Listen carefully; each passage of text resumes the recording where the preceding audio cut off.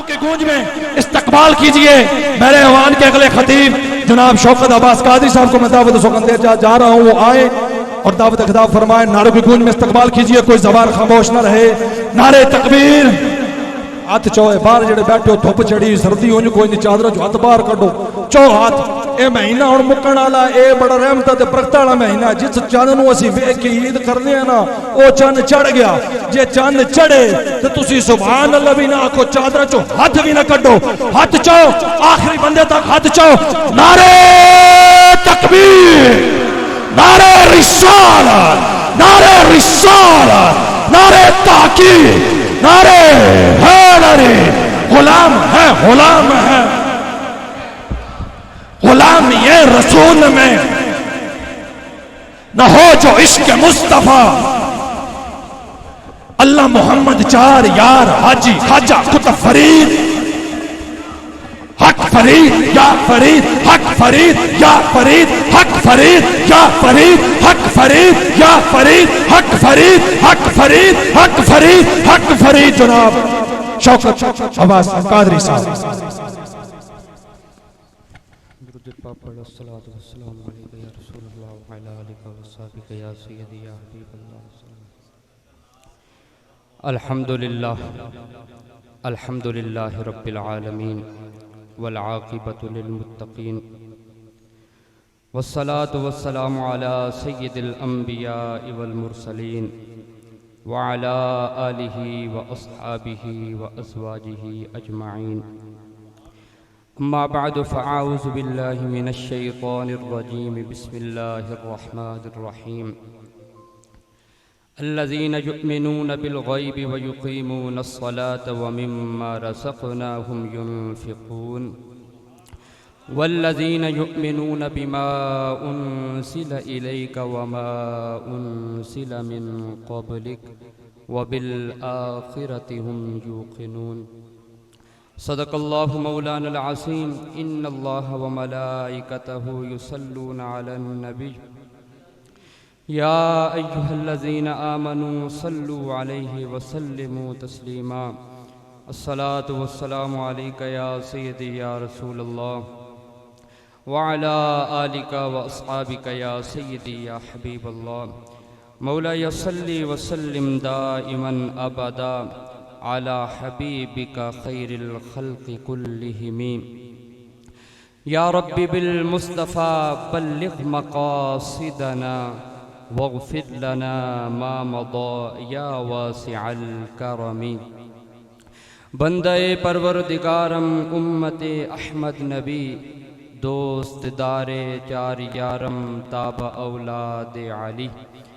مذہب حنفی ادارم ملت حضرت خلیل خاک پائے غوث اعظم زیر سایہ ہر ولی. یا صاحب الجمال و یا سید البشر من وجہک المنیر لقد نور القمر. لا يمكن الثناء كما كان حقه بعد خدا بزرگ تویں قصہ مختصر. ہمیں ہے جان سے پیارا نشان ختم نبوت کا. ہمیں ہے جان سے پیارا نشان ختم نبوت کا. اٹھو گھر گھر میں پہنچا دو پیغام ختم نبوت کا. یہ نعرہ ہے امیر المؤمنین صدیق اکبر کا. کرو اپنے لہو سے بھی دہاں ختم نبوت کا. تھے جتنے بھی نبی دیگر نبوت ان کی وقتی تھی، مگر ہے حشر تک سارا زمان ختم نبوت کا. مگر ہے حشر تک سارا زمان ختم نبوت کا. اور انوکھی شان اس فن میں کیا مہر علی کی ہے. انوکھی شان اس فن میں کیا مہر علی کی ہے. کیا جس نے عقیدت سے بیان ختم نبوت کا. کیا جس نے عقیدت سے بیان ختم نبوت کا. اور مٹا دو زور بازو سے کفر ہر قادیانی کا. مٹا دو زور بازو سے کفر ہر قادیانی کا، مٹا دو زور بازو سے کفر ہر قادیانی کا، یمامہ سے اٹھا لو ہر ثنا ختم نبوت کا، یمامہ سے اٹھا لو ہر ثنا ختم نبوت کا، اور دیا ختم نبوت پہ رضا کے علم نے پہرا، دیا ختم نبوت پہ رضا کے علم نے پہرا، بنا ان کا قلم بھی ترجمہ ختم نبوت کا۔ تمام تعریف و توصیف جزاک اللہ۔ انوکھی شان اس فن میں کیا مہر علی کی ہے، انوکھی شان اس فن میں کیا مہر علی کی ہے، کیا جس نے عقیدت سے بیاں ختم نبوت کا، کیا جس نے عقیدت سے بیاں ختم نبوت کا۔ تمام تعریف و توصیف اللہ جل مجدہ الکریم کی ذات بابرکات کے لیے، جو خالق کائنات بھی ہے، مالک شش جہات بھی ہے۔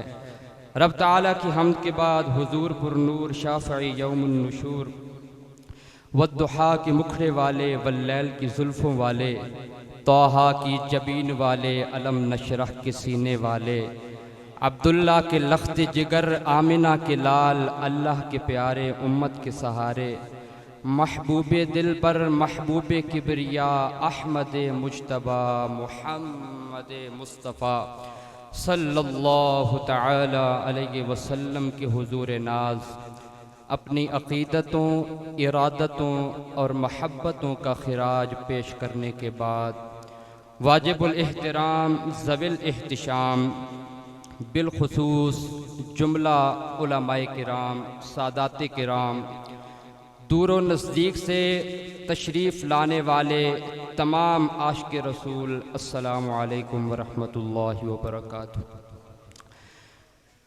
آج کی یہ بابرکت محفل، جس محفل پاک میں آپ نے بڑے خلوص سے اور جذبے سے شرکت فرمائی ہے، میں دعا گو ہوں محفل انتظامیہ کا، بالخصوص ملک رشید صاحب، برادر مکرم حافظ ساجد صاحب، جملہ اراکین شورا، جتنے لوگوں نے اس محفل پاک کے سجانے میں، اس کو رچانے میں اپنا ایک کردار ادا کیا، رب تعالیٰ سب کو اجر عظیم عطا فرمائے۔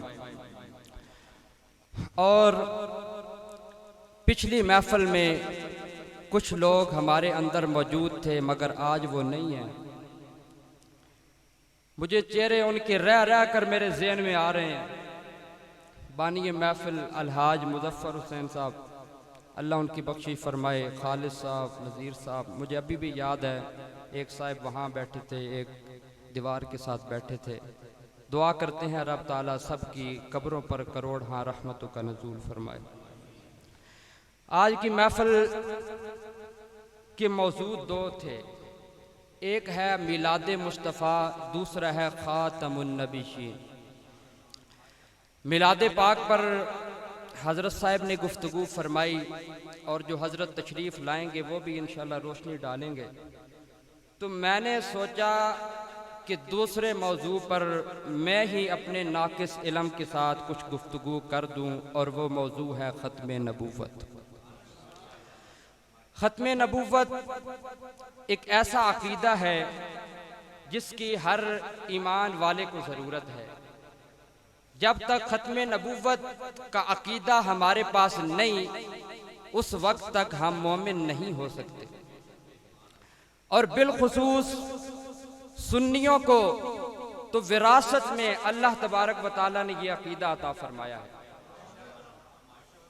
بزرگ جانتے ہیں، علماء کرام بھی جانتے ہیں، ابھی تو تاجدار ختم نبوت کا غلبہ ہے نا اللہ کے فضل سے، مگر پہلے کچھ بد مذہبوں نے، بد عقیدہ لوگوں نے اپنی یہ وراثت سمجھی ہوئی تھی، اور وہ کہتے تھے کہ ختم نبوت کا ٹھیکہ تو ہم نے اٹھایا ہے، یہ جو سنی بریلوی ہیں ان کو تو میلاد منانا آتا ہے یا 11ویں کھانی آتی ہے، لہذا میلاد کے ان کی یہ بات ہے، اور ختم نبوت ہم مناتے ہیں، ہم اس کا پرچار کرتے ہیں۔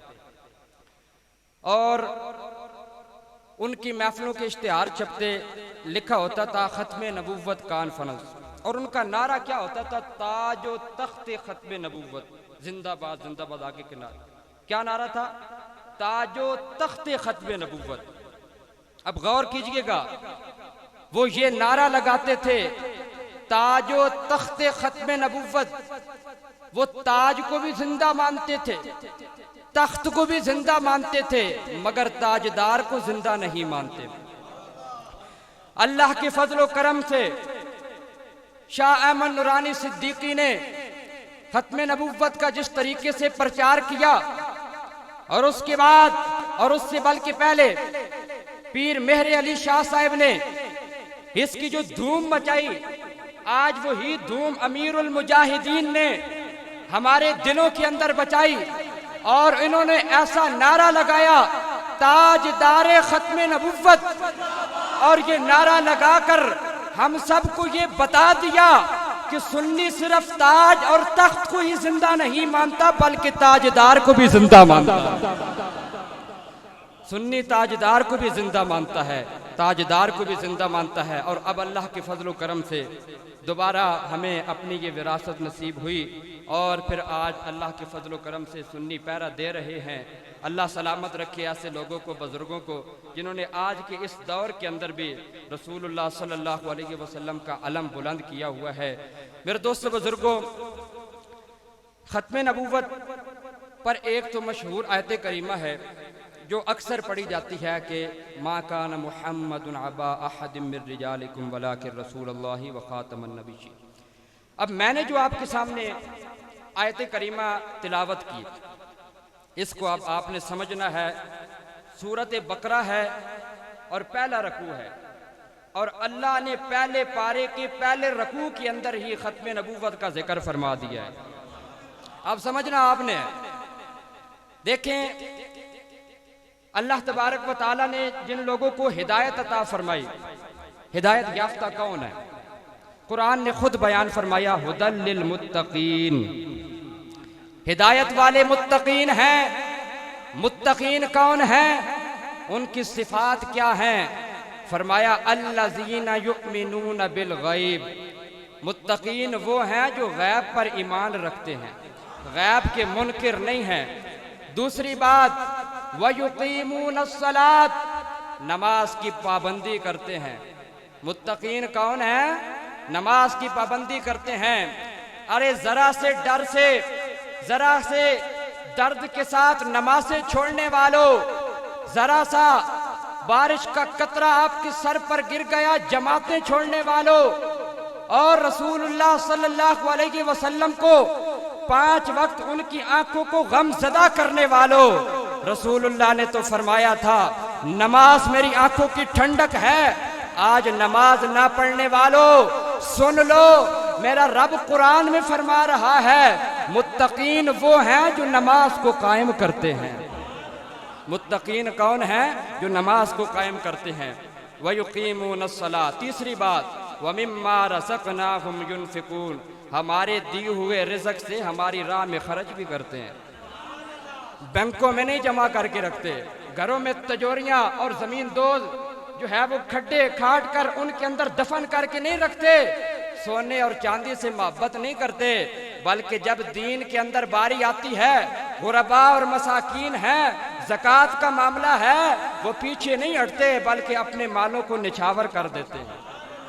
یہ متقین کی نشانی ہے۔ اب چوتھی بات وَمِمَّا رَزَقْنَاهُمْ يُنْفِقُونَ تک ہو گیا۔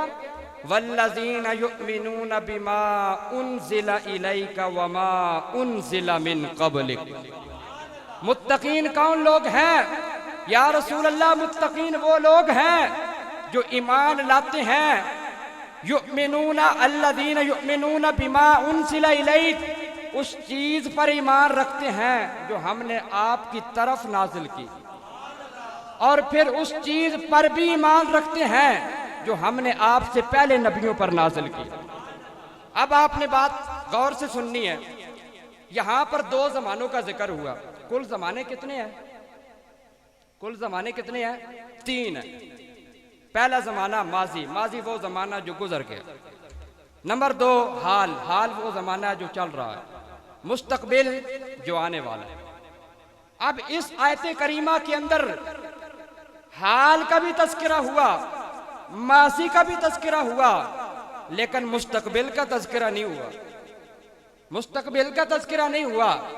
گویا کہ رب تعالیٰ ارشاد فرما رہا ہے کہ متقین وہ ہیں جو رسول اللہ ہم نے آپ کی طرف نازل کیا اس پر بھی ایمان رکھتے ہیں، جو آپ سے پہلے نبیوں پر جو ہم نے نازل کیا اس پر بھی ایمان رکھتے ہیں، لیکن یہ نہیں فرمایا کہ جو آپ کے بعد نازل ہوگا اس پر بھی ایمان رکھیں گے۔ اور یہی ختم نبوت کی دلیل ہے کہ بعد میں کوئی کلام آنا نہیں، بعد میں کوئی نبی آنا نہیں، تو پھر یہ ایمان کس پر رکھیں گے؟ اس لیے رب تعالیٰ نے قرآن پاک میں یہ بیان فرما دیا کہ جو متقین ہیں وہ اس پر ایمان رکھتے ہیں۔ لہٰذا رسول اللہ صلی اللہ علیہ وسلم پر نبوت کا خاتمہ ہو گیا، نبوت مکمل ہو گئی۔ اب اس کے بعد اگر کوئی ذرا سے بھی اپنے دل کے اندر رائے کے دانے کے برابر کوئی گنجائش رکھتا ہے اس بارے میں، تو یاد رکھ لے مسلمان نہیں ہے، مسلمان نہیں ہے، کیونکہ رسول اللہ صلی اللہ علیہ وسلم نے یہ سارا کچھ فرما دیا ہے۔ اور یہ تو قرآن پاک کی ایک آیت تھی۔ دوسری آیت الیوم اکملت لکم دینکم واتممت علیکم نعمتی ورضیت لکم الاسلام دینا، کہ پیارے حبیب آج کے دن ہم نے آپ کے لیے دین کو مکمل کر دیا اور ہم نے آپ کے لیے اسلام دین کو پسند فرما لیا۔ تو گویا جب دین مکمل ہو چکا ہے، رسول اللہ نے اس کو مکمل کر دیا ہے، تو پھر دوسرا کون آئے گا جو آ کر دین کی تکمیل کرے گا؟ اس لیے رب تعالیٰ نے قرآن میں فرما دیا کہ دین مکمل ہو چکا ہے، اب کسی نے نہیں آنا۔ محبت سے بولیے سبحان اللہ۔ ختم نبوت کی بات ہے، میں نے بڑے ذوق کے ساتھ یہ ارادہ کیا کہ اس پر بھی آپ کے سامنے روشنی ڈالی جائے۔ اور دیکھیں ختم نبوت کی ہمارے جو ہے وہ بزرگوں نے اتنی دھوم مچائی ہے کہ اگرچہ میلاد کی محفل ہوتی ہے، موضوع وہاں پر بھی ختم نبوت کا ہوتا ہے، لکھا ہوتا ہے تاجدار ختم نبوت، تاجدار ختم نبوت۔ سارے بولیں تاجدار ختم نبوت، تاجدار ختم نبوت۔ اب آیت کریمہ تو آپ کے سامنے بیان کر دی، اب حدیث پاک کی روشنی میں تھوڑی سی آپ کے سامنے وضاحت کرتا ہوں، بڑی محبت سے آپ نے سماعت فرمانا ہے۔ علامہ سید حامد سعید شاہ صاحب کاظمی رحمت اللہ تعالی غزالی زماں ہیں، رازی دوراں ہیں، اپنے جو بدعقیدہ لوگ تھے نا اس وقت، وہ بھی یہ کہنے پر مجبور تھے کہ اس بات کا انکار نہیں، اگرچہ اس کا عقیدہ ہمارے خلاف ہے لیکن اس دور میں اس جیسا عالم کوئی نہیں ہے۔ علامہ حامد سعید شاہ صاحب کاظمی رحمت احمد سعید شاہ صاحب کاظمی تو کاظمی شاہ صاحب ایک دفعہ نا طالب علمی کے زمانے میں چلتے چلتے مرزائیوں کے پاس چلے گئے۔ ان کو کہا کہ بھائی تم نبی مانتے ہو اور نبوت کا اس نے دعویٰ کیا ہے، تو میں تم سے چند باتیں کرنا چاہتا ہوں۔ شاہ صاحب نے کہا کہ میں آپ سے چند باتیں کرنا چاہتا ہوں، اور وہ اس وقت کا دور تھا جب اس نے نیا دعویٰ کیا تھا، اور بڑے بڑے علماء نے اس کو مناظرے کی چیلنج دی اور مناظرے کے چیلنج کو قبول بھی کیا، مگر مسئلہ یہ تھا کہ مناظرے کا چیلنج تو مرزا قادیانی کر دیتا تھا لیکن آتا کوئی نہیں تھا۔ پیر میر علی شاہ صاحب اس کے مقابلے میں کھڑے ہوئے، پیر میر علی شاہ صاحب کو اس نے مناظرے کا چیلنج دیا، پیر صاحب نے مناظرے کا چیلنج قبول کر لیا، لیکن بعد میں اس کو لوگوں نے بتایا کہ وہ بابا ڈاڈئی حسینی سیدی، وہ پیچھے ہٹن والا نہیں، وہ بابا ڈاڈئی، رک جا۔ اس نے پھر ایک اور چال چلی، اس نے کہا کہ میری جان کو خطرہ ہے، میں نہیں آ سکتا۔ اب جو سنیں پیر میر علی شاہ صاحب نے جملہ ارشاد فرمایا، پیر صاحب ارشاد فرماتے ہیں کہ تیرا قتل ہونا تو دور کی بات کہ تو اس سفر میں قتل ہو جائے، میں تیری ذمہ داری اٹھاتا ہوں، تو قتل تو کیا ہوگا، اگر تیری اس دورانیے میں موت لکھی بھی ہے تو وہ بھی آ کے چلی جائے گی۔ سبحان اللہ، نعرہ تکبیر، نعرہ رسالت، نعرہ تحقیق، نعرہ حیدری، تاجدار ختم نبوت، تاجدار ختم نبوت۔ زندہ باد۔ پیر صاحب فرماتے ہیں تیری موت لکھی بھی ہے وہ بھی آگے چلی جائے گی، میں تجھے ضمانت دیتا ہوں۔ اب وہ مجبور ہو گیا، کوئی نسنے بجنے کا چارہ تو رہا نہیں، اب اس نے نا نئی چال چلی، اس نے کہا کہ مناظرہ وہاں پر بیٹھ کر ہم تقریری نہیں ہوگا بلکہ تحریری ہوگا، ہم لکھیں گے کہ کس کے دلائل اچھے ہیں، رائٹنگ کس کی اچھی ہے۔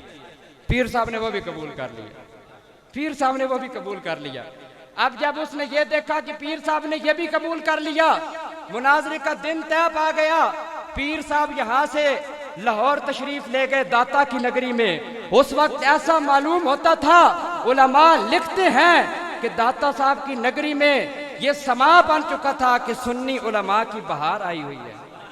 اس قدر سنی علماء وہاں پر جمع ہوئے، اور پھر جب ڈیٹ طے پائی اور وہ نہیں آیا تو علماء لکھتے ہیں کہ سینکڑوں مرزائیوں نے یہ منظر دیکھ کر پیر صاحب کے ہاتھ پر بیعت کی اور مسلمان ہو گئے تھے۔ انہوں نے دیکھا کہ مرزا جھوٹا ہے، آیا نہیں، وہاں پر بیعت ہو گئے۔ اب اس وقت پیر میر علی شاہ صاحب نے وہاں پر جو تاریخی کلمات کہے، اللہ اکبر، پیر میر علی شاہ صاحب نے وہاں پر تقریر کی۔ پیر میر علی شاہ صاحب ارشاد فرماتے ہیں کہ اس کو اپنی رائٹنگ پر بڑا ناز ہے، اس لیے کہ وہ انگریزوں کی چاپلوسی کرنے والا، انگریز کیونکہ قادیانی کو سپورٹ کرتے ہیں نا، تو اس لیے پھر وہ بڑا کہتے ہیں کہ ہمارے پاس پیسہ، فلاں فلاں لوگوں کو نوکریاں بھی دیتے ہیں، اور سادہ لوگ اپنا ایمان بھی ان کے آگے بیچ دیتے ہیں۔ تو ان کے پاس پیسہ، یہ وہ انگریزوں کے پاس منشی رہا، رائٹنگ کرتا تھا، اس کو اپنی رائٹنگ پر ناز تھا۔ پیر صاحب فرماتے ہیں کہ اس کو اپنی رائٹنگ پر بڑا ناز ہے، لیکن وہ یہ نہیں جانتا کہ محمد مصطفیٰ کی امت میں ایسے لوگ اب بھی موجود ہیں کہ اگر وہ قلم رجسٹر پر رکھ دیں ان کو لکھنے کی ضرورت نہیں پڑتی، قلم خود بخود چلنے لگ جاتے ہیں۔ اللہ اکبر، قلم خود بخود چلنے لگ جاتے ہیں۔ اور پیر میر علی شاہ صاحب کو تو اس نے یہ بھی کہا تھا کہ ہم مبالغہ کریں گے اور ہم دعائیں کریں گے کہ جس کی دعا سے بیمار کو شفا یابی ہوئی گویا کہ وہ سچا، جس سے بیمار درست نہ ہوا تو وہ جھوٹا۔ پیر میر علی شاہ صاحب فرماتے ہیں کہ تو بیماروں کی بات کرتا ہے، آج اگر تو مردہ زندہ کرنے کا کہے گا، حسینی سید وہ بھی تجھے زندہ کر کے دکھا دے گا۔ اب دیکھیں بعد میں جب سارا معاملہ ہو گیا، مریدوں نے کہا کہ حضور آپ نے بہت بڑے بڑے دعوے کیے، آپ نے مردہ زندہ کرنے کے دعوے کیے، قلم کو خود سے لکھنے کے دعوے کیے، اگر یہ نہ ہوتا تو کیا ہوتا؟ پیر میر علی شاہ صاحب نے آگے سے جواب ارشاد فرمایا، کہا کہ میرے مریدوں یاد رکھو مہر علی اپنی مرضی سے کچھ نہیں کہہ رہا تھا، وہ تو پیچھے مصطفیٰ کا ہاتھ تھا، مصطفیٰ کہہ رہے تھے، میرے علی بولتا چلا جا رہا تھا۔ اس لیے میرے علی شاہ صاحب نے فرمایا کہ جو ختم نبوت پہ کام کرتا ہے اس کی پشت پر میرے مصطفیٰ کا ہاتھ ہوتا ہے۔ تاجدار ختم نبوت، تاجدار ختم نبوت، لبیک لبیک لبیک یا رسول اللہ، لبیک لبیک لبیک یا رسول اللہ، لبیک لبیک لبیک یا رسول اللہ۔ اب جو میں نے بات شروع کی تھی، شاہ صاحب تشریف لے گئے وہاں پر اور ان سے بات چیت کرنا شروع کر دی، اور شاہ صاحب نے اس وقت جو ان کو حدیث پاک پڑھ کے سنائی، بخاری شریف کی حدیث پاک ہے، 3535 نمبر حدیث ہے، حوالہ بھی آپ کو بتا دیا، اس سے آگے اور کیا کہہ سکتے ہیں۔ تو ابو ہریرہ رضی اللہ تعالیٰ عنہ اس کو روایت کرنے والے ہیں، کیا روایت کی، دلوں کے اندر اس کو جگہ دیں۔ وعن ابی ہریرہ رضی اللہ تعالیٰ عنہ قال قال رسول اللہ صلی اللہ علیہ وسلم ان مثلی ومثل الانبیاء کمثل رجل بنا بیتا فاحسنه واجمله الا موضع لبنة من زاویہ فجعل الناس يطوفون به ويعجبون له يقولون هلا وضعت هذه اللبنة فأنا اللبنة وأنا خاتم النبيين۔ سبحان اللہ۔ حضرت ابو ہریرہ رضی اللہ تعالی عنہ روایت فرماتے ہیں کہ نبی کریم صلی اللہ تعالیٰ علیہ وسلم نے ارشاد فرمایا کہ میری اور مجھ سے پہلے انبیاء کی مثال ایک محل کی طرح ہے، ایک خوبصورت بنگلے کی طرح ہے جس کو بنانے والے نے بڑا حسین و جمیل بنایا ہو، جس کے اندر اس نے بھرپور کوشش کی، اس کو بڑا حسین و جمیل بنایا، لوگ اس کے گرد گھومتے ہیں اور اس کو دیکھ کر خوشی کا اظہار کرتے ہیں، ماشاءاللہ کتنا خوبصورت اس نے محل بنایا ہے، کتنی خوبصورت اس نے چار دیواری بنائی ہے، مگر دیکھتے ہیں کہ ایک جگہ پر، ایک کنارے پر ایک اینٹ کی جگہ خالی ہے، ایک اینٹ وہاں پر نہیں رکھی ہوئی، ایک اینٹ وہاں پر موجود نہیں ہے۔ دیکھنے والے اس بات پر توجہ کرتے ہیں کاش کہ یہاں پر بھی اینٹ لگ جاتی، یہ محل کتنا خوبصورت ہو جاتا۔ نبی کریم صلی اللہ علیہ وسلم نے ارشاد فرمایا فَأَنَا اللَّبْنَةُ، او اینٹ میں ہوں، وَأَنَا خَاتَمُ النَّبِيِّينَ، میں سلسلہ نبوت کو ختم فرمانے والا ہوں، میں سلسلہ نبوت کو ختم فرمانے والا ہوں۔ نبی کریم صلی اللہ تعالیٰ علیہ وسلم نے یہ بات ارشاد فرما دی کہ میں نبوت کو ختم فرمانے والا ہوں۔ سید صاحب نے ان کو کہا کہ یہ رسول اللہ صلی اللہ علیہ وسلم کی حدیث پاک ہے، ایک اینٹ کی جگہ باقی تھی، ایک اینٹ بھی وہاں پر رکھ دی گئی، خالی جگہ پر ہو گئی، وہاں پر اب کوئی اور جگہ نہیں بچی کہ وہاں پر کسی اور کو داخل کیا جائے۔ جب انہوں نے دیکھا کہ یہ بچہ تو بڑا تیز ہے، باتیں تو بڑی اونچی کر رہا ہے، انہوں نے وہاں پر نسلیں بھاگنے کی کوشش کی۔ انہوں نے کہا کہ حدیث پاک میں یہ لفظ ہے کہ اللہ تبارک و تعالیٰ نے اس محل کو بڑا عالیشان بنایا۔ دیکھیں محل ایسے عالیشان نہیں بنتا جب تک کہ اس کو پلستر نہ کیا جائے، خالی اینٹوں سے محل نہیں بنتا۔ نبی علیہ السلام کے نواسے کو، سید صاحب کو بھی اپنے نانا جان کی دعا تھی، اپنے نانا جان کی عطا تھی۔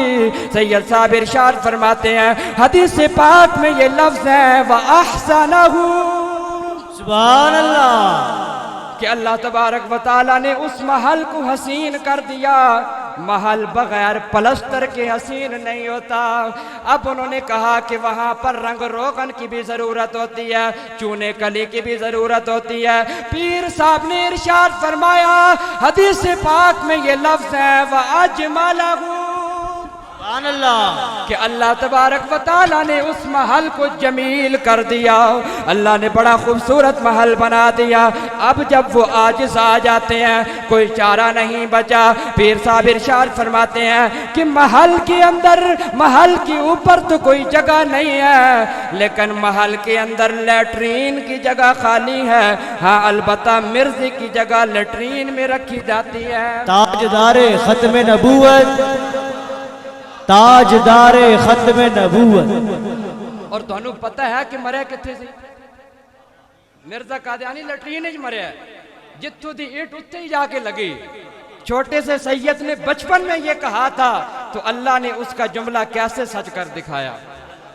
تو یہ ہوتا ہے ختم نبوت کے منکروں کا انجام۔ یہ تو تھی جی حدیث پاک ایک۔ اب سنیے دوسری حدیث پاک، کیونکہ بات قرآن و حدیث کی ہوگی انشاءاللہ، اس سے ہی ہم بات لے کر چلیں گے۔ اس حدیث پاک کو بھی حضرت ابو ہریرہ رضی اللہ تعالیٰ عنہ نے بھی روایت فرمایا، بخاری مسلم کی یہ بھی حدیث پاک۔ کیا حدیث پاک ہے؟ حضرت ابو ہریرہ رضی اللہ تعالیٰ عنہ ارشاد فرماتے ہیں کہ قال النبی صلی اللہ علیہ وسلم فضلت علی الانبیاء بست، رسول اللہ نے ارشاد فرمایا کہ مجھے دوسرے نبیوں پر 6 چیزوں کی وجہ سے فضیلت دی گئی، 6 چیزوں کی وجہ سے مجھے دوسرے نبیوں پر فضیلت دی گئی۔ ویسے تو بے شمار ایسی چیزیں تھیں، لیکن سرکار نے جن کی خود اپنی زبان سے صراحت فرمائی۔ پہلی چیز اعطیت جوامع الکلم، رسول اللہ نے فرمایا مجھے جامع کلمات عطا کیے گئے، کلام مختصر کرتے تھے مگر اس میں علم کا، حکمت کا سمندر ہوتا تھا۔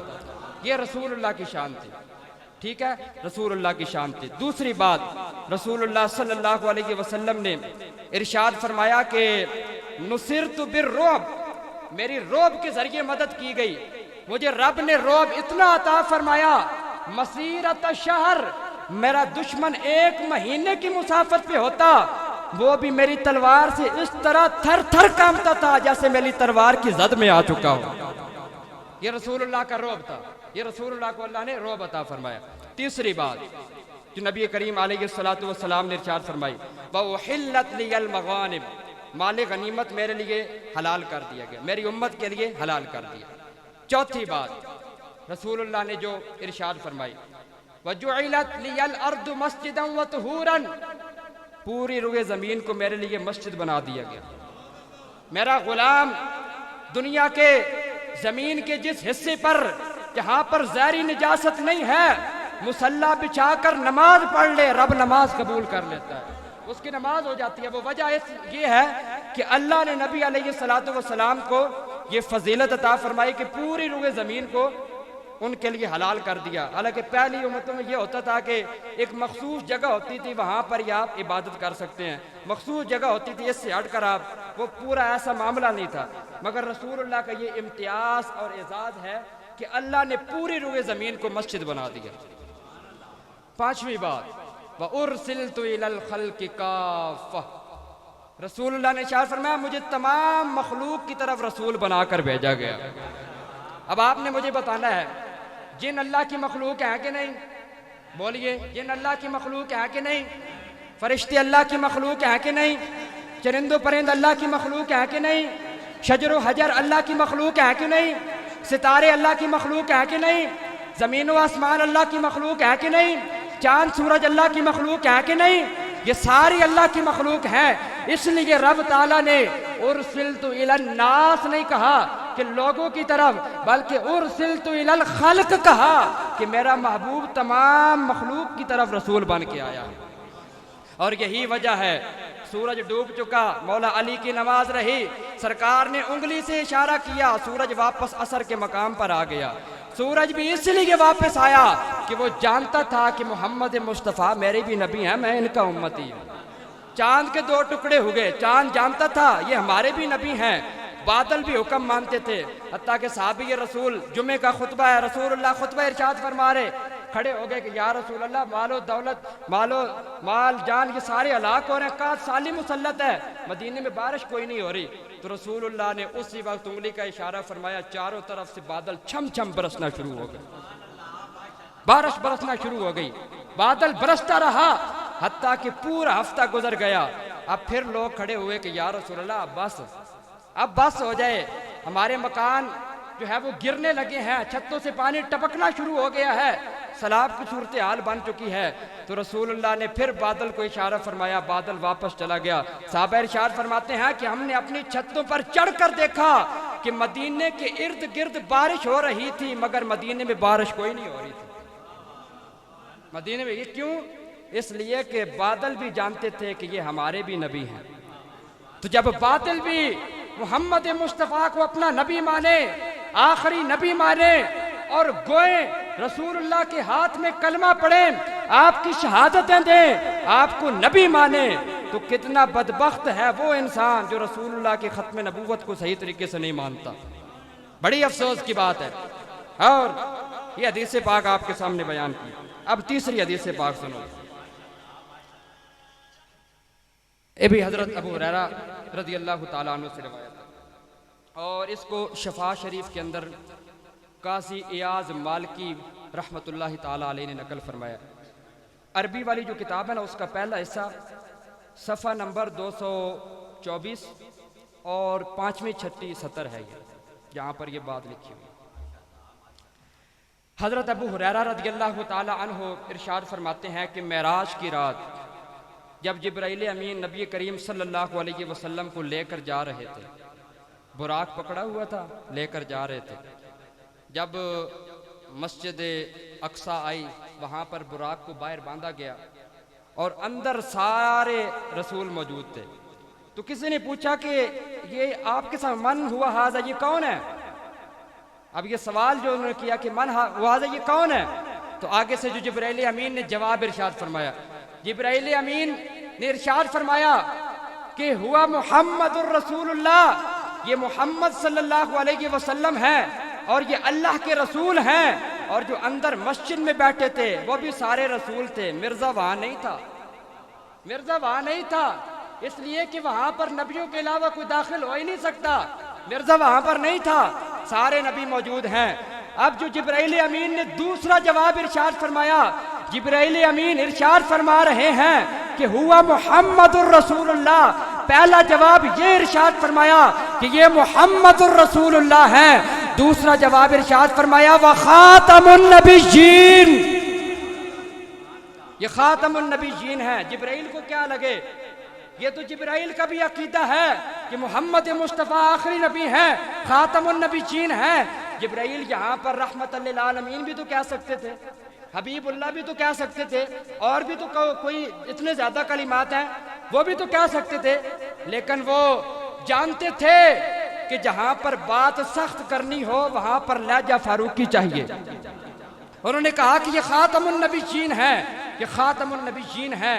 اور اس لیے کہ آج پھر ہمیں بھی یہ درس مل جائے کہ اللہ کے فرشتوں کا بھی یہ عقیدہ ہے اور مومن مسلمانوں کا بھی یہی عقیدہ ہے کہ رسول اللہ اللہ تبارک و تعالیٰ کے آخری نبی ہیں, آخری نبی ہیں. ان کے بعد کوئی نبی نہیں آ سکتا. آپ کی اپنی زبانی لا نبی بعدی, کہ میرے بعد کوئی نبی نہیں آئے گا. اب یہ رسول اللہ صلی اللہ علیہ وسلم نے ارشاد فرمایا. اب تیسری بھی چوتھی حدیث پاک بھی آپ نے سنی, اور اس حدیث پاک کو حضرت ارباز بن ساریہ, حضرت ارباز بن ساریہ انہوں نے روایت کیا ہے, اور اس کو نقل کیا ہے امام احمد بن حنبل نے. کس نے نقل کیا ہے؟ امام احمد بن حنبل نے. امام احمد بن حنبل وہ ہستی ہیں کہ جنہوں نے حق کی آواز اٹھائی تھی, 17,000 کوڑے ان کی پیٹھ پر مارے گئے تھے.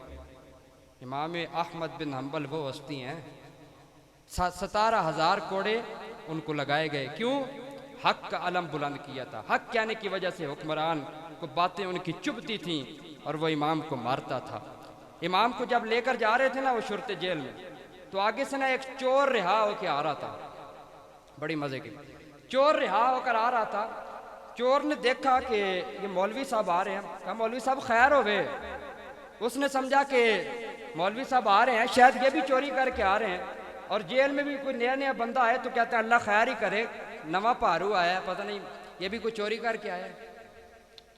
حضرت امام احمد بن حنبل کے پاس جب وہ آیا نا چور, تو پوچھا کہ حضور آپ کیوں جا رہے ہیں, آپ تو ماشاءاللہ مولانا صاحب ہیں اور آپ کا بڑا خوبصورت چہرہ ہے, آپ کو کیوں یہ لے کر جا رہے ہیں؟ تو امام احمد بن حنبل نے آگے سے جواب ارشاد فرمایا کہ میں نے حق کا علم بلند کیا اور حکمران نے پھر مجھے یہ سزا دی, اس کو میری باتیں چبھتی ہیں اس لیے میں جا رہا ہوں. آگے سے جو اس چور نے جملے کہا کہ میاں صاحب ڈٹے رہنا, میاں صاحب ڈٹ کے رہنا, میاں صاحب ڈرنا نہیں, ڈٹ کے رہنا, میاں صاحب ان کے آگے سر نہ جھکانا. میں آپ کے ملک کا منا تنا چور ہوں, لیکن اتنی سزا کے باوجود وہ مجھ سے کچھ بلوا نہیں سکے. آپ تو پھر بھی حق پر ہیں, آپ نے ان کے سامنے اپنی زبان نیچے نہیں کرنی. حضرت امام احمد بن حنبل نے جب اس کے یہ جملے سنے تو اس کے لیے دعا کیا کرتے تھے, ہاتھ اٹھا اٹھا کر دعا کیا کرتے تھے, یا اللہ اس بندے کے گناہوں کو معاف فرما جس نے جیل میں جاتے ہوئے بھی میرے حوصلوں کو بلند کر دیا. جیل میں جاتے ہوئے کون حوصلے بلند کرتا ہے؟ اس نے حوصلے بلند کیے, حوصلہ بلند ہو گیا. اب جب امام احمد بن حنبل جیل میں گئے, وہاں پر کوڑے وغیرہ لگائے گئے. ایک دن آپ کو جلاد کوڑے لگا رہا تھا, آپ کا ناڑا کھل گیا, اعزار بند کھل گیا. اللہ اکبر. امام احمد بن حنبل کا جب ناڑا کھل رہا تھا تو آپ خود تصور کریں کہ لوگوں نے مذاق اڑانا تھا. اسی وقت دل دربار مصطفیٰ کے ساتھ معلق کیا, کہا نکاح یا رسول اللہ, نکاح یا رسول اللہ, یا رسول اللہ مدد کیجئے. رسول اللہ صلی اللہ علیہ وسلم کی پھر مدد کیسے آئی؟ امام احمد بن حنبل فرماتے ہیں کہ جب میری سلوار ابھی نیچے کو جا ہی رہی تھی, غیب سے ایک ہاتھ بلند ہوا, میرا ناڑا باندھ کر واپس چلا گیا, اور ساتھ میں مجھے یہ فرما کر گیا کہ جو ہمارے لیے کام کرتے ہیں ہم ان کو اپنی نظر میں رکھتے ہیں, وہ ہماری نظر میں ہوتے ہیں, ہماری نظروں سے غائب نہیں ہوتے, ہم ان کی پشت پر اپنا ہاتھ رکھتے ہیں. امام احمد بن حنبل کو یہ اللہ تبارک و تعالیٰ نے یہ شان عطا فرمائی تھی. اور پھر کوڑا بھی ایسا لگتا تھا، امام صاحب فرماتے ہیں کہ اگر وہ ہاتھی کو لگا دیا جائے نا، ہاتھی بھی زمین پر گر جائے، جو 17,000 کوڑے امام احمد بن حنبل کو لگے ہیں۔ بھائی ہم نے تو تکلیفیں برداشت کی ہی نہیں، ہم کو تو پلیٹ میں رکھ کر دین سامنے مل گیا، ہر چیز کی سہولت ہے ہمارے لیے، کوئی مشقت کی بات نہیں، لیکن آج بھی ہمارے لوگوں کی یہ آوازیں ہیں، دین پر چڑھنا بڑا مشکل ہے، دین پر چلنا بڑا مشکل ہے، نماز پڑھنی بڑی مشکل ہے، وضو کیسے کریں، کپڑے پلیت ہو جاتے ہیں، فلاں ہو جاتا ہے، یہ ہو جاتا ہے۔ تو اس وقت بھی تو لوگ تھے میرے دوست، 17,000 کوڑے کھانے والے امام احمد بن حنبل کوئی عام شخصیت ہے؟ 50 سے 55 کے درمیان حدیث پر انہوں نے کام کیا، مسند امام احمد بن حنبل پورا سیٹ ہے عربی کے اندر، اور مختلف آپ کے جو شاگرد تھے انہوں نے اپنے طرق سے اس کو نقل کیا، بہت علمی مقام ہے، اور مسند امام احمد بن حنبل بڑی مستند کتاب ہے۔ وہاں پر یہ بات لکھی ہوئی ہے جو اصل میں نے آپ کو بات کرنی تھی، کہ میں نے راوی کا اور نقل کرنے کا حوالہ اس لیے دیا کہ آپ کو سمجھ آ جائے کہ یہ بات کس قدر اہم ہے، اس لیے میں نے امام احمد بن حنبل کا بھی تھوڑا سا آپ کے سامنے تذکرہ کر دیا۔ اب دیکھیں حدیث پاک میں کیا ہے، حضرت ارباز بن ساریہ رضی اللہ تعالی عنہ بیان فرماتے ہیں کہ نبی کریم صلی اللہ تعالی علیہ وسلم نے ارشاد فرمایا کہ میں اس وقت بھی رب تعالیٰ کی بارگاہ میں خاتم النبیین تھا، ابھی آدم کا وجود بھی نہیں تھا۔ محبت سے بولیں یار سبحان اللہ۔ آپ کو میری بات سمجھ نہیں آ رہی؟ یہ ساری ختم نبوت پر قرآن سے بات کر رہا ہوں، حدیث سے بات کر رہا ہوں۔ آپ جہاں پر شعروں پر ہاتھ اٹھاتے ہیں، جھومتے ہیں، تو آپ کو قرآن و حدیث کو بھی سن کر اپنے دل کو تازہ کرنا چاہیے، رسول اللہ کا ذکر سن کر اپنا دل آپ کا جگمگانا چاہیے، اس لیے کہ حقیقی بات یا قرآن ہے یا حدیث ہے۔ تیسری بات میں شک و شبہ ہو سکتا ہے، مگر قرآن و حدیث میں کوئی شک و شبہ نہیں ہو سکتا۔ اس لیے میرے دوست بزرگوں، قرآن و حدیث سے بھی لگاؤ رکھو، اپنی محافل کو پاک کرو۔ دیکھو چلو جی اگلی بات، مسیلمہ کذاب نے دعویٰ کر دیا نبوت کا، نبی علیہ السلام کے زمانے میں کر دیا۔ اب بعض روایتوں میں یہ ہے کہ اس نے رسول اللہ سے ملاقات کی، بعض میں یہ ہے کہ اس نے خط بھیجا تھا۔ اب خط کیا تھا؟ خط میں اس نے لکھ کر یہ بھیجا کہ آپ اللہ کے نبی ہیں، ہم مانتے ہیں، لیکن جب تک آپ زندہ ہیں آپ نبی، اور جب آپ چلے جائیں اس کے بعد میں نبی۔ مسلمہ نے یہ کہا، خط میں یہ لکھا۔ اور دوسرا آپشن کہا کہ پورے عرب پر چلو، اگر یہ آپشن منظور نہیں تو پورے عرب پر آدھے کے آپ نبی اور آدھوں کا میں نبی۔ یہ اس نے خط لکھ کر بھیجا رسول اللہ کے دربار میں۔ رسول اللہ صلی اللہ علیہ وسلم نے جب خط کو پڑھا اور دیکھا، اور رسول اللہ نے ارشاد فرمایا کہ اللہ کا نبی تو میں ہوں، مور تو میں نے لگائی نہیں، یہ نبی کیسے بن گیا؟ مور تو میں نے لگائی نہیں، یہ نبی کیسے بن گیا؟ صحابہ میں اعلان فرمایا کہ نبی تو اللہ کا میں ہوں، مسیلمہ کذاب ہے، اس لیے اس کو کہا جاتا، اصل اس کا نام تھا مسیلمہ، اور جو کذاب کہا جاتا تھا اس لیے کہ رسول اللہ نے اس کو کذاب کہا، مسیلمہ کذاب۔ اب رسول اللہ نے ارشاد فرمایا خط جواب پر لکھ کر، ہمیں کون لے کر جائے گا آپ میں سے، کون جائے گا اس کے دربار میں؟ تو وہاں پہ ایک چھابڑی فروش صحابی کھڑے ہوتے ہیں جن کے 12 بچے تھے، اور مدینے کے گلیوں میں سر پہ ٹوکرا اٹھا کر وہ کھجورے بیچا کرتے تھے، بدن بھی بڑا کمزور تھا۔ وہ جلدی سے کھڑے ہو جاتے ہیں، یا رسول اللہ کسی اور کی ڈیوٹی نہیں لگانی، میں جاؤں گا، یہ ختم نبوت کا کام میں نے کرنا۔ اب اس وقت وہ کھجورے کھا رہے تھے، تو جب بات کر رہے تھے نا تو بعض کھجوروں کے ٹکڑے ذرات صحابہ کے منہ پر پڑے۔ کہا کہ پہلے کھا تو لو، تمہیں بڑی بات کرنے کی جلدی پڑی ہوئی ہے، پہلے کھا تو لو۔ تو وہ کہتا ہے کہ میں بات اس لیے جلدی کر رہا ہوں کہ کہیں رسول اللہ ختم نبوت کی ڈیوٹی کسی اور کی نہ لگا دے، کسی اور کی ڈیوٹی نہ لگ جائے، میں اس لیے۔ رسول اللہ صلی اللہ علیہ وسلم نے خوش ہو کر اس کو اپنا نیزہ عطا فرمایا، اپنا گھوڑا دیا، اور صحابہ فرماتے ہیں وہ شخص ایسے نکلا جیسے ایک کمانڈر اور جرنیل نکلتا ہے۔ وہ وہاں سے روانہ ہوا اور مسیلمہ کے دربار میں پہنچتا ہے، وہاں پہ اترتا ہے اور نیزے کو زمین پر ٹھا کر کے مارتا ہے، اور مسیلمہ بھی کانپ جاتا ہے کہ میرے دربار میں کون آ گیا؟ پوچھا کون ہو؟ کہا کہ تم نے میرے چہرے سے نہیں پہچانا کہ میں کون ہوں؟ چہرہ پہچان کر پتہ نہیں لگا کہ میں کون ہوں؟ وہ اس تناظر میں بات کہی کہ اس وقت سارے صحابہ کرام کے چہرے رسول اللہ کے ساتھ مشابہت رکھتے تھے، رسول اللہ کی سنتیں ان کے چہروں پر سجی ہوتی تھیں۔ اور دوسرے تناظر میں اس لیے کہ جو آج کل ہمارے سٹائل ہیں، کبھی داڑھی کو یوں سٹائل کر دیا، کبھی یوں کر دیا، کبھی کیا کر دیا، یہود و نصارہ کا سٹائل تھا. اور ناکامی اس قدر کہ یہ ایکٹر سٹیجوں پر بھی چڑھ گئے. ہم کس کس کا جواب دیں؟ ہم کس کس کو بتائیں؟ ہمارے اپنے لوگ ہی درست نہیں ہیں بھائی، ہم کیا کریں؟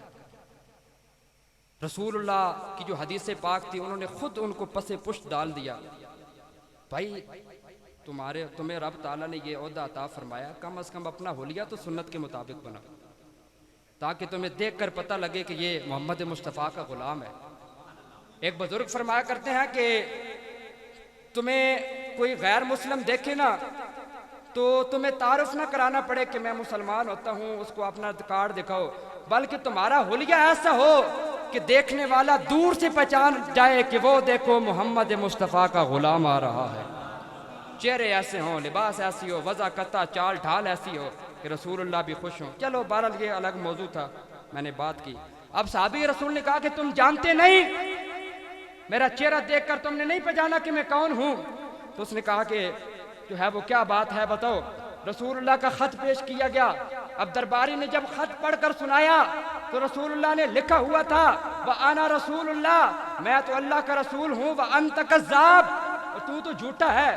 جب مسلمہ یہ سنتا ہے تو آگ بگولا ہو جاتا ہے اور کہتا ہے صحابی رسول کو، حضرت حبیب بن زید انصاری کو جو وہاں پر گئے تھے، کہتا ہے کہ تمہارا کیا خیال ہے؟ وہ کہتا ہے اس میں خیال والی بات ہی کوئی نہیں، جو محمد مصطفیٰ فرما دیں ہمارا بھی وہی خیال ہے. ہاں ساڑھے نبی دی زبان ساڑھے واسطے قرآن، ساڑھے نبی دی زبان ساڑھے واسطے قرآن. جب اس نے یہ بات سنی آگ بگولا ہوا. دیکھو بھائی بچھو کاٹ لے، اب چمکیلی اس محفل میں آ جائے نا، میں دیکھوں گا آپ لوگ کس طرح آرام سے بیٹھتے ہیں، ہلچل مچ جائے گی. بھائی مسلمہ کھڑا ہوا، تلوار پکڑی اور حضرت حبیب بن زید انصاری کا بازو کاٹ دیا. بازو کاٹ دیا، ابھی بھی وہ کھڑے ہیں. وہ کہتا ہے کہ اب تمہارا کیا خیال ہے؟ وہ کہتے ہیں کہ تو بڑا بے وقوف آدمی ہے، ان لوگوں کو آزما رہا ہے جو روزانہ فجر کے وقت دعائی شہادت کی مانگتے ہیں، جن کی پہلی دعائی شہادت کی ہے، جو بات شہادت کی کرتے ہیں، جو شہادت کو اپنا اعزاز سمجھتے ہیں. اس نے دوسرا بازو بھی قلم کر دیا. کہا کہ تو بڑا بے وقوف ہے، تو ہمیں آزماتا ہے. ہم جو ہے وہ کچھ نہیں، ہم نے جو ہے وہ اپنے نبی سے وفا کرنی ہے، اس لیے کہ ہم نے کلمہ تیرا نہیں پڑھا، محمد مصطفیٰ کا پڑھا ہے. آخری وقت تک وفا کر گئے اور پھر بالآخر آپ کی گردن کو کاٹ دیا گیا. جب آپ کی گردن کاٹی گئی، ادھر مدینہ پاک میں رسول اللہ سارا منظر بالغیب اپنی آنکھوں کے ساتھ دیکھ رہے تھے. جب حضرت حبیب بن زید انصاری کی گردن قلم ہوتی ہے، آپ کی آنکھوں میں آنسو آ جاتے ہیں. صحابہ پوچھتے ہیں یا رسول اللہ کیوں رو رہے ہیں؟ آپ کی آنکھوں میں آنسو کیوں آئے ہیں؟ یہ آنسو کی لڑیاں کیوں لگ گئیں؟ رسول اللہ صلی اللہ علیہ وسلم نے ارشاد فرمایا کہ او میری ختم نبوت کا تحفظ کرنے والا زید بن حبیب بن زید انصاری، اس کو شہید کر دیا گیا ہے، اور میں دیکھ رہا ہوں اللہ کو اس کی ادا اور اس کا یہ کارنامہ اتنا پسند آیا ہے کہ رب نے جنت کے 8 دروازوں کو اس کے لیے کھول دیا ہے. زندہ باد، زندہ باد، زندہ باد. 8 دروازے جنت کے کھل گئے. یہ ختم نبوت پر کام کرنے کا اجر ہے. اس لیے میرے دوست بزرگوں، ختم نبوت پر وفا کرو، ختم نبوت پر کام کرو. رسول اللہ صلی اللہ علیہ وسلم کی ناموز پر آنچ نہ آنے دو. دیکھو رسول اللہ نے جب وہ خطبہ پڑھا تھا نا، میں جو پہلے حدیث پاک میں نے آپ کے سامنے بیان کی کہ حضرت جبرائیل امین جب براق لے کر گئے تو مسجد اقصی میں خطبہ پڑھا گیا، تو وہاں پر رسول اللہ کے یہ بھی الفاظ تھے کہ وَجَعَلَنِي أُمَّةً خَيْرٍ، میری امت بڑی چنگی ہے. وہ بھوک پیاس برداشت کر لیں گے مگر ختم نبوت پر کمپرومائز نہیں کریں گے. اب جو اس دوسرے حضرت حبیب بن زید انصاری نے ایک اور جملہ کہا تھا وہاں پر، جب اس نے کہا تھا نا کہ دیکھ آج یہاں پر تیرا کوئی موجود نہیں ہے، آج دیکھ پیچھے میرے دربان کھڑے ہیں، میرے درباری کھڑے ہیں، اور آج یہاں پر میرا سکہ ہے، ان کی طرف دیکھ. تو حضرت حبیب بن زید انصاری نے جو جواب ارشاد فرمایا ہے کہ میرے 12 بچے ہیں، 12 ان میں بعض ایسے ہیں کہ جو دودھ پی رہے ہیں، ابھی بلوغت کی حد کو نہیں پہنچے، چل بھی نہیں سکتے۔ جب میں یہاں پر آیا تھا رسول اللہ کی ختم نبوت کا تحفظ کرنے کے لیے، میں نے اپنے چھوٹے چھوٹے بچے نہیں دیکھے تو میں تیرے درباری کیسے دیکھوں؟ میں بچے نہیں دیکھ کر آیا تو درباری وہ بچے جو ہے وہ دین کا کام کرنے میں آڑ بن جاتے ہیں۔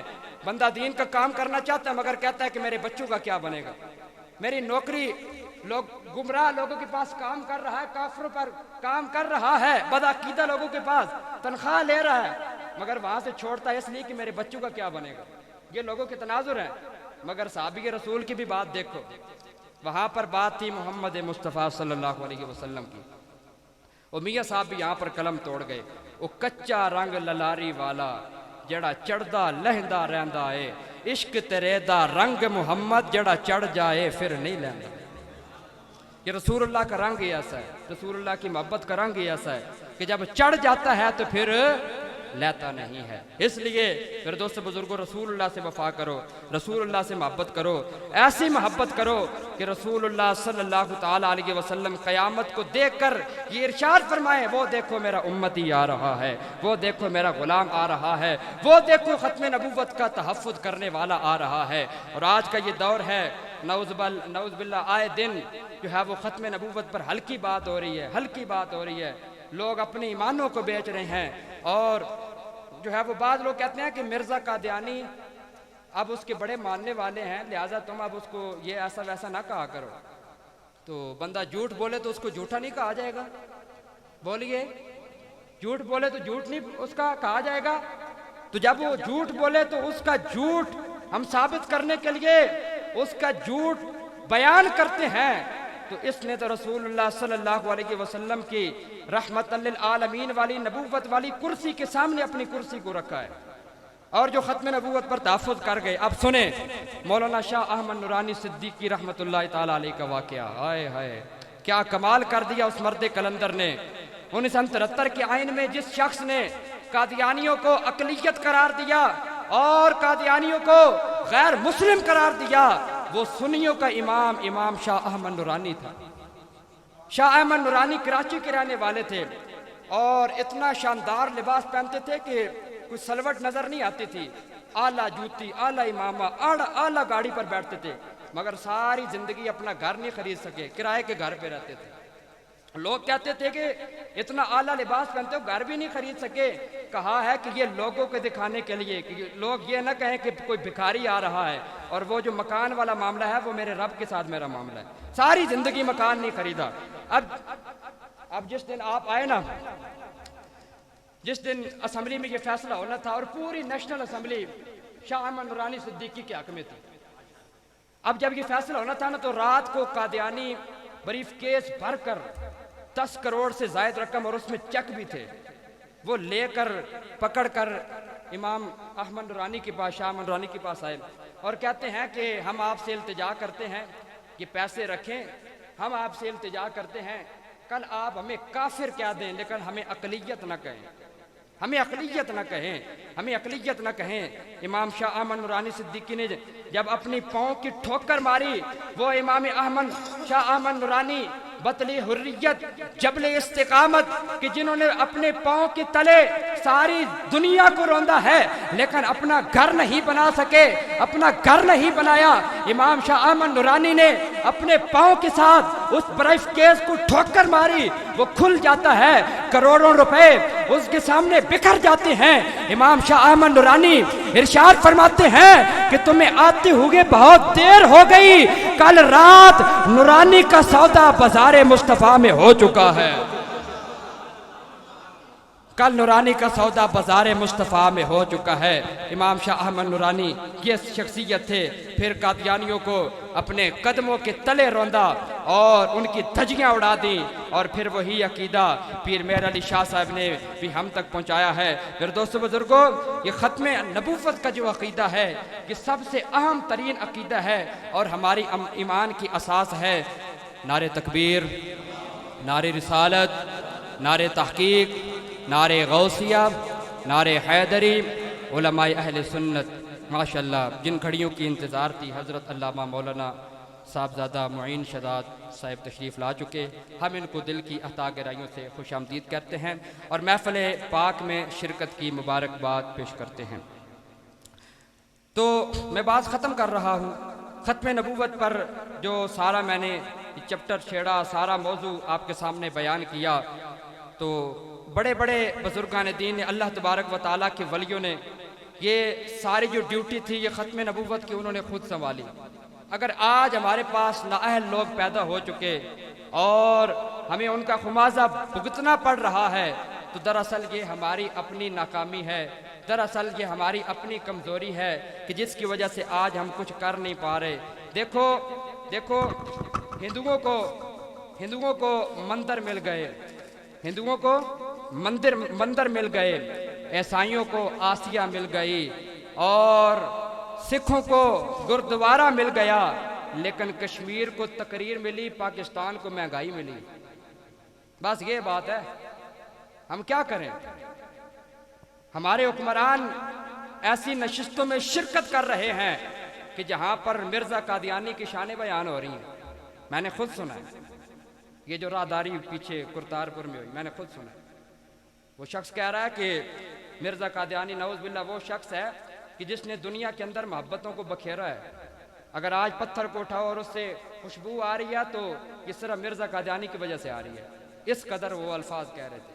ہماری غیرت کہاں گئی؟ ڈوب کر مرنے کا یہ مقام نہیں ہے۔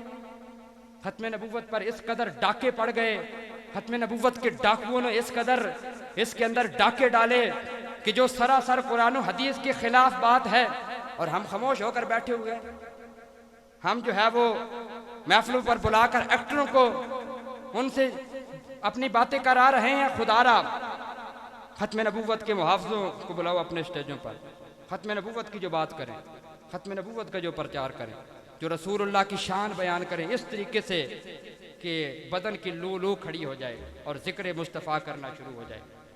ایسی گفتگو ہونی چاہیے، ایسی گفتگو ہونی چاہیے، غیرت والی، دلیری والی۔ وہ چوں چوں کر کے گفتگو تھوڑی ہوتی ہے۔ ختم نبوت پر بات تو ایسے سینہ تان کر ہوتی ہے، ایسے ہوتی ہے بات۔ اس لیے رسول اللہ صلی اللہ علیہ وسلم نے ہمارے لیے سب کچھ کیا، تو ہم جو امتی ہیں کم از کم ختم نبوت سے وفا کر لیں، تاکہ یہی ہمیں قبر میں ہمارا سرمایہ بن جائے اور یہی ہمیں کام آ جائے۔ اب جس کی جی میں آئے پالے روشنی، ہم نے تو دی جلا کے سر عام رکھ دیا۔ وآخر دعوانا الحمدللہ۔